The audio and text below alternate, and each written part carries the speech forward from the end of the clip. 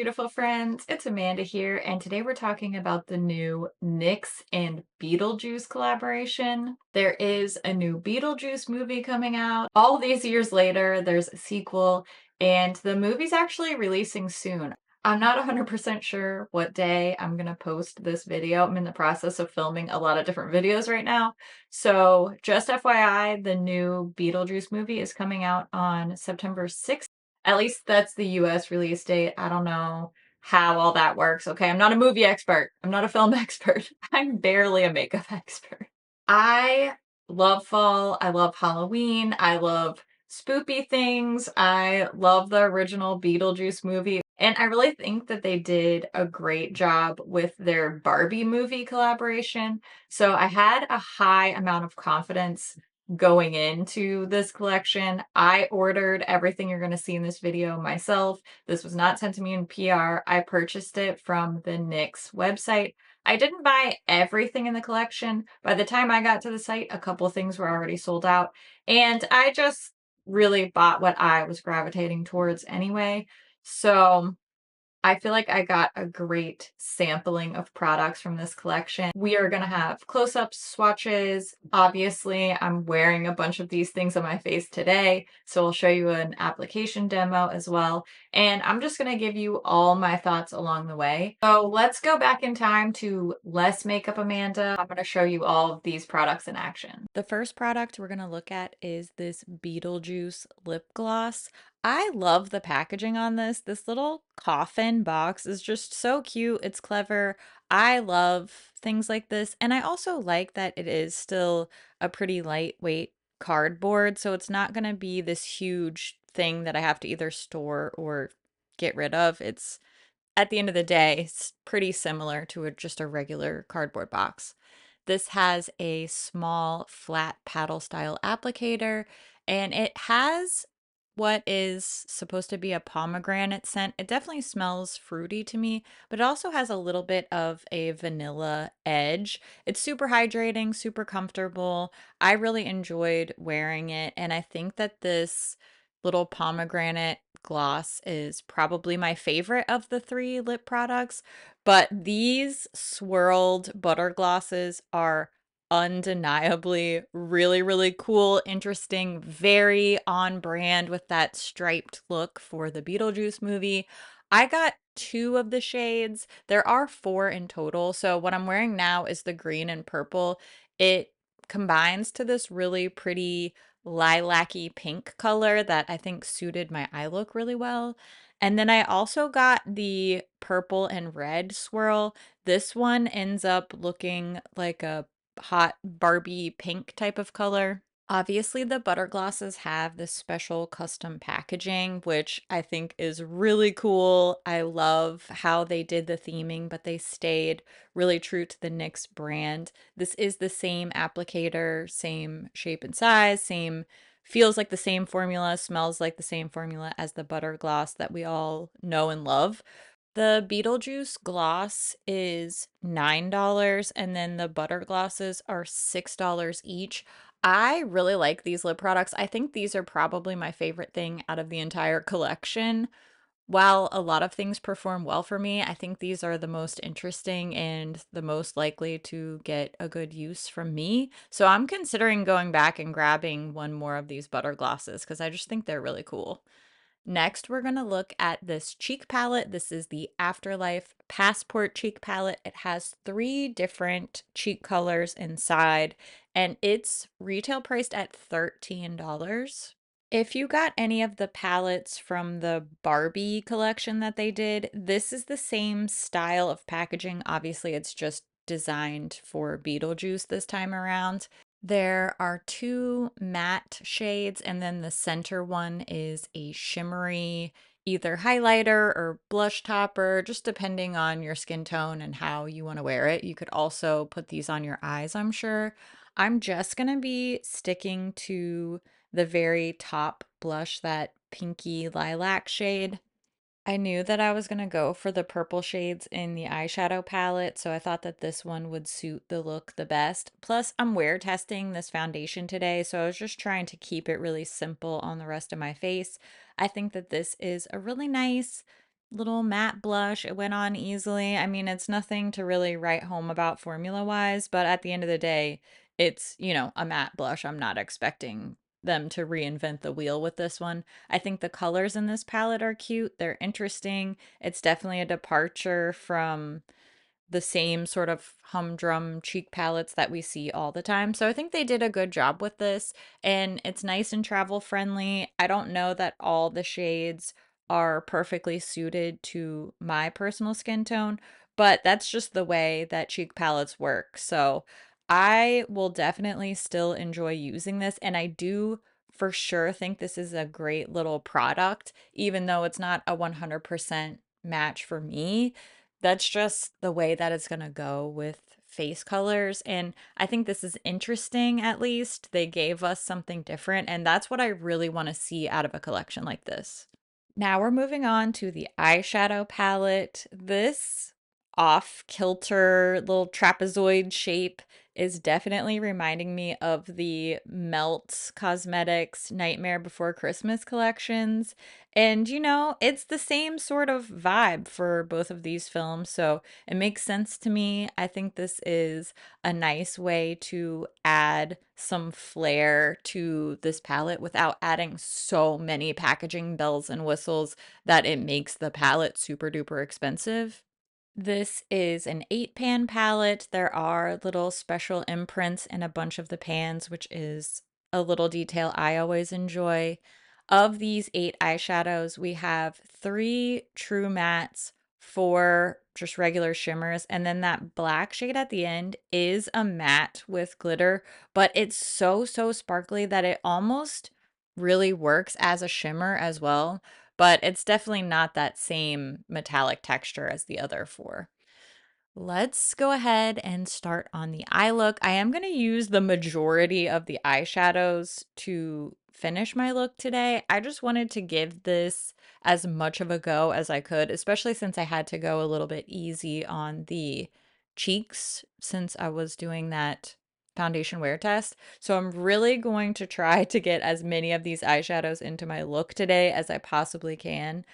I was sort of expecting a medium performance from the mattes in here, especially after swatching, but I was pleasantly surprised that I got decent pigmentation and that these actually ended up blending out really well. I was sort of expecting, especially these lighter shades, to just blend away based on the texture when I was swatching them, and they actually stuck to my lid nicely.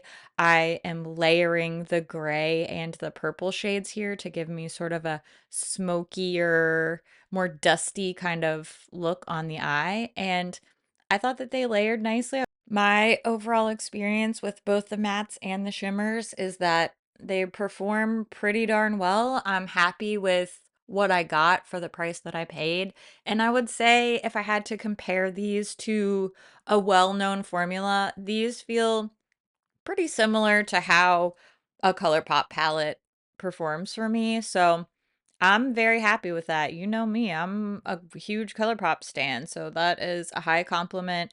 I went back and added a little bit more gray because I wanted some depth on the outer part of my eye, but I definitely didn't want to go too dark, so I avoided using that shimmery black on the outer part of the lids. And you can see here, I got a really nice, easy, blended gradient look on the lids without having to put in too much work. And that's what I love because sometimes you just got to be a lazy girl.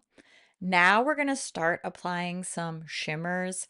This very soft pinky lavender shade called Ghoul Squad is so pretty. It definitely exceeded my expectations as far as opacity on the first application.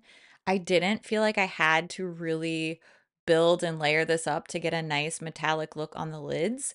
And again, I love that. I like a really, really shiny eyeshadow on the lids. So that's what I'm getting. I added a little bit of the Great Beyond, which is just a bright matte white shade, to the inner corners there. And I also decided to kind of blend that white matte shade into the purpley shimmer using this silver, and I'm applying this really lightly. I did not want a bright silver metallic look on the inner corner. I could get that with this shadow for sure, but I'm just really softly using that to create that white to purple ombre type of look. Again, very easy to work with. I feel like my look came together without having to plan and think and blend and do too much. I don't like doing too much, especially early in the morning when I was filming this. So I'm happy with the eyeshadow palette. Now, the liners, on the other hand, are a bit of a different story. These are my least favorite product that I used in this video today. These liner duos are $13 each. They have just a plain black liquid, like felt tip liner on one side, and then on the other side, they have a twist up cream gel liner with a air quotes multi-chrome liner.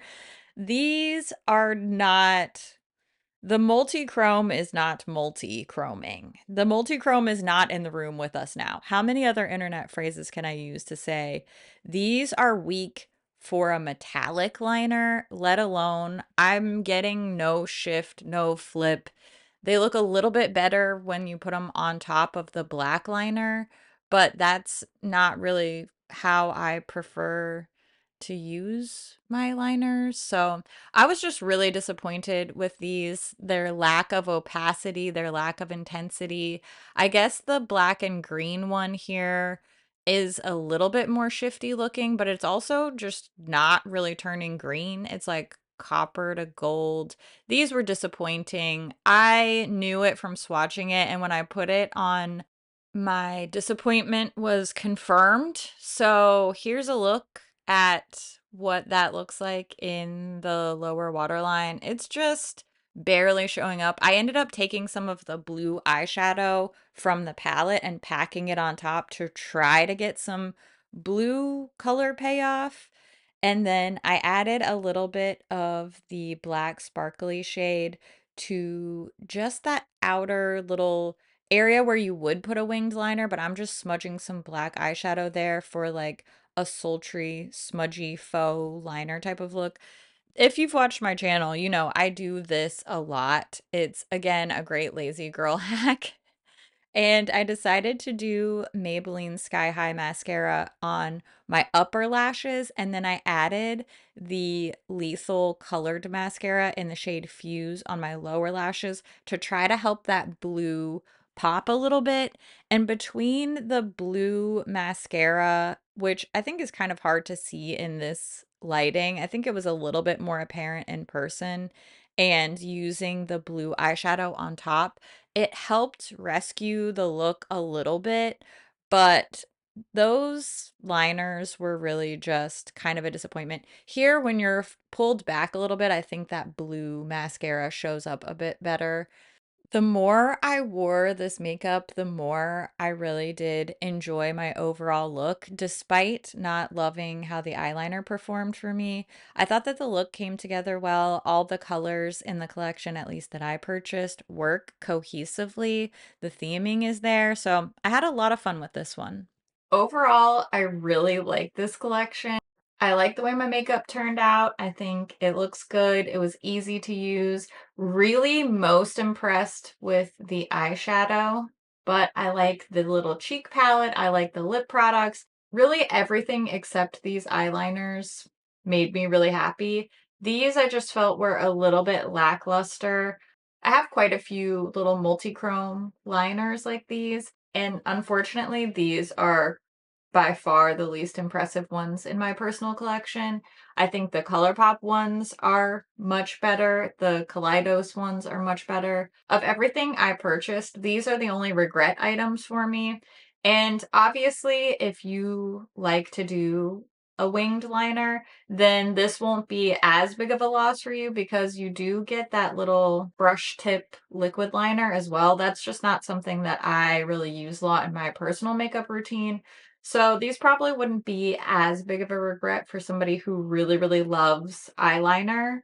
But for me, I am really only gonna use the cream gel pencil side, and I just have other products like that that work a lot better for me and that I enjoy a lot more. So these were the only real duds for me. Still not terrible. I could make it work, but I just don't necessarily recommend the eyeliners.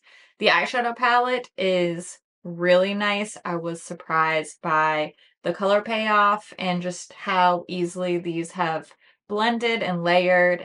I've now been wearing this eyeshadow for a bit and it still looks exactly like it did when I put it on my lid. So that's a very, very good sign. The little blush palette is cute. Probably not my personal best colors, especially this glowy orangey shade, which I think is beautiful and I like that they did something different.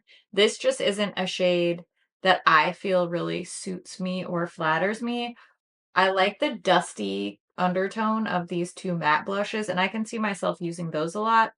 So not terrible, just not perfectly made for me, which everything doesn't need to be. So this is a little bit lower ranking for me, but I like that they at least did interesting colors, so I applaud them for that.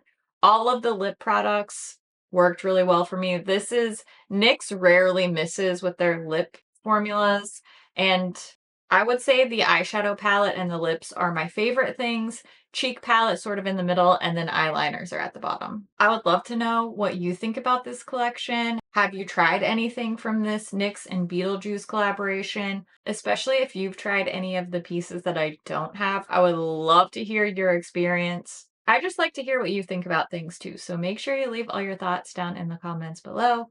As always, thank you so much for watching, and I'll see you in my next video. Bye! I hated that. Oh, killy do killy, neighborino. Hey, don't forget to drink water. Drink water and wear your SPF. Look at my spooky tree earrings. Aren't these so cute?